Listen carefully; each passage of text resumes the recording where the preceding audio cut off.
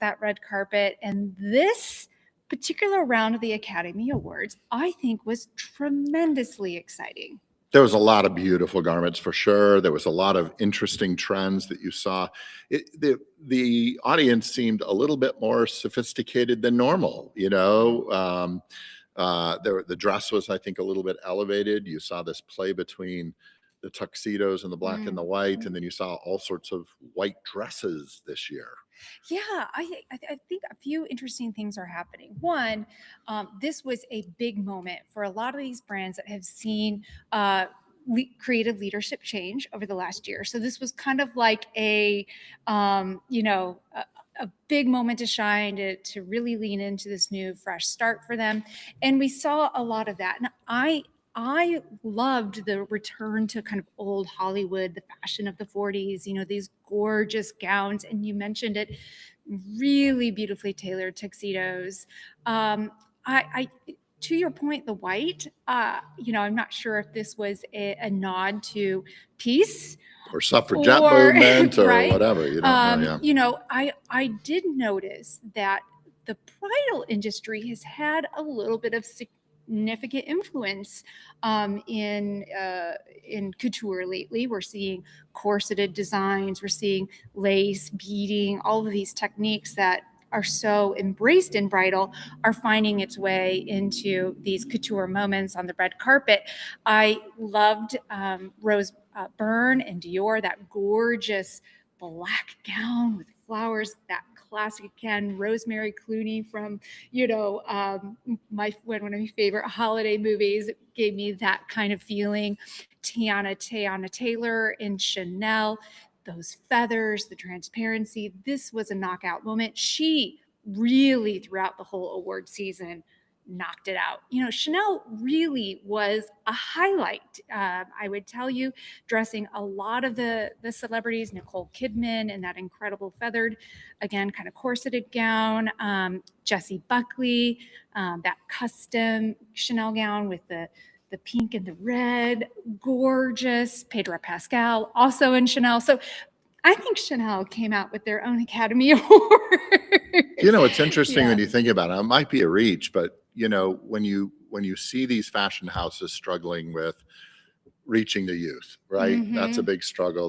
They're trying to figure out a way to engage with the next gen that's not maybe fully engaged. You look at that dynamic. You look at the Oscars, which probably aren't. There was a joke during the Oscars about, they played some interesting little clips to bring the youth into the Oscars because they say the Oscars aren't being watched by the younger generation. If they're targeting an older generation and the high fashion brand houses are trying to figure out ways to reach out, the bridge could be wedding and bridal, right? Because it is one element where it's another moment in time in your life that you generally dress up and you're more elegant. So they're kind of showcasing looks that could be this whole transitional walk into bridal. So that is interesting. There's a lot of money in bridal. There's a lot of excitement within that. And so that it could be a little interesting theme running. You look at Elle Fanning, in the Givenchy dress that she was wearing. That's a total bridal moment. That very beautiful. And even elegant moments on the tuxedos, these brooches that like Michael B. Jordan was wearing, Shabuzi rocking a gorgeous brooch pearl as chain, well as the pearl chain. Really I totally cool. want to adopt that. So I would say it was a very exciting award season, and wrapped it up really, really innovatively and refreshingly, kind of that return to old glam. I love that. Kind of staying in the theme of bridal. Boy, you'd think we might be excited about this whole bridal theme lately. I don't know why. Certainly you shifted your focus. Well, another news headline, David's Bridal is launching a wholesale to support more independent boutiques. So this is a part of a bigger strategy for them to expand their footprint, really push out that private label, and support partners in a bigger way. I think this is a very cool opportunity for them to help kind of strengthen the whole bridal ecosystem you know, even have greater presence. Well, and you diversify your revenue strategy. It makes Mm. perfect sense. You know, if, Mhm. getting the garments in front of more people. Absolutely. So, on the politics side of things, never our favorite topic, but let's face it, it impacts us every day in a wide variety of ways. There is a new crackdown on Made in America labels. This is really targeting claims that are misleading. And I think people have, with the rise of people wanting Made in America, but we've talked about the complexities of really navigating Made in America to volume and quality levels that our consumer has come to expect. There's a little bit of some people kind of playing that game, and I guess there's a acknowledgement of that, and let's crack down on it. Yeah, it's more transparency, just making sure. It's interesting in general in our business because so little of the business is made in America. But for things like very compliant product, they want to make sure that it is made in America. And, for as much as the government is purchasing or is not purchasing apparel today for the military, they will, they can't afford to pay it. And there are a lot of domestic suppliers that are really looking. We just met one out in Carolina that are like, hey, we haven't had orders from the government in 9 months. And it's one of the key industries that domestic manufacturing lives on and has seen sort of a reduction in purchasing. So, it is interesting that they're pushing this whole transparency breakdown in light of not exactly the industry suffering. Yeah. Right. So, yeah. Well, apparently they're looking to strengthen their enforcement and labeling oversight. So we'll see how that transpires. We've talked a lot about AI and how it's impacting the many, many areas of our industry. One, of course, is marketing, and a big European firm, Zalando, has now announced that they are leaning in big time. 90% yes. of their online created content is now AI generated. Yeah, so they've been able to realize a benefit with reducing cost on their content creation. They've been able to improve their turnaround times on product imagery, faster production of that imagery, less expensive overhead. This is, we were at a university last week where I'm on the advisory board, and this was a big discussion.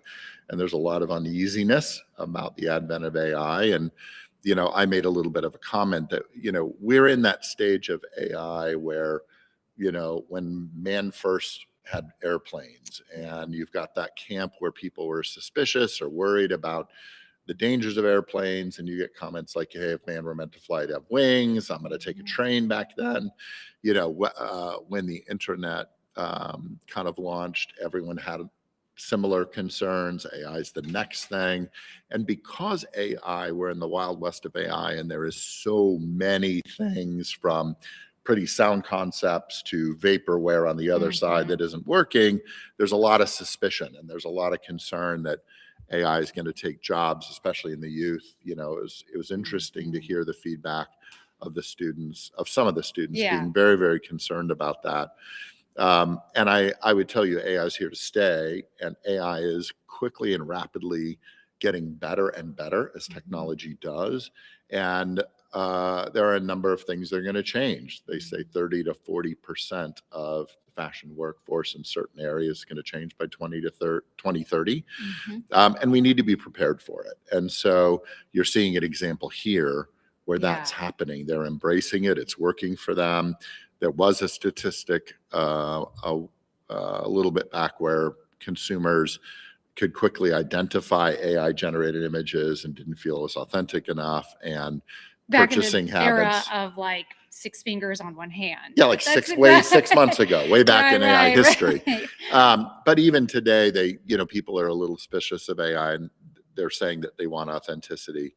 what's going to happen in the next 6 months, what's going to happen the next year is that AI generation of imagery is going to look so real Mm-hmm. that people won't determine. And then the authenticity issue goes away because you can't really tell. And Yeah. people love well curated content. They love the looks. We're still consumers. We love, Mm-hmm. how brands done right elicit some aspirational purchasing and buying. And AI is just kind of amping up on. They're creating Yeah. images and content that you can't really do as Yeah. effectively or affordably in real life. Yeah, And I you think can't that's hop on a plane and travel halfway around the world and with a whole team of models and photographers and stylists and everything overnight and yeah, have your shoot done and results done that right, day. So right. yes, there are some definite opportunities there. AI literacy is really the key, right? Agreed. Just getting aware of what's out there. Our final story is on a brand that we've really admired for a few different reasons. Quince, an online brand, has done such a great job in the world of transparency, showcasing the various levels of cost at all points through their supply chain, leaning into core product, elevating that core product with quality, and making it affordable. It's really an affordable luxury online house. They're now facing a lawsuit under the kind of a luxury for less marketing claims. Groups like Williams Sonoma are challenging them. Yeah, I think this goes back to the age-old thing. If you're comparing directly against another brand, like you're saying, Mm-hmm. we are better than X. Mm-hmm. In this case, it's Williams Sonoma that's filing the lawsuit, but they're talking about Pottery Barn and West Elm and all these other groups Mm-hmm. that Quince is that they're saying Quince is comparing directly to. Mm-hmm. When you're very specific, you call out another brand, those brands get a little ruffled, and Sure. you can bet they're going to fight back. The reality is, I think Quince is doing a really great job Mm-hmm. on a lot of their product. And it is more affordable.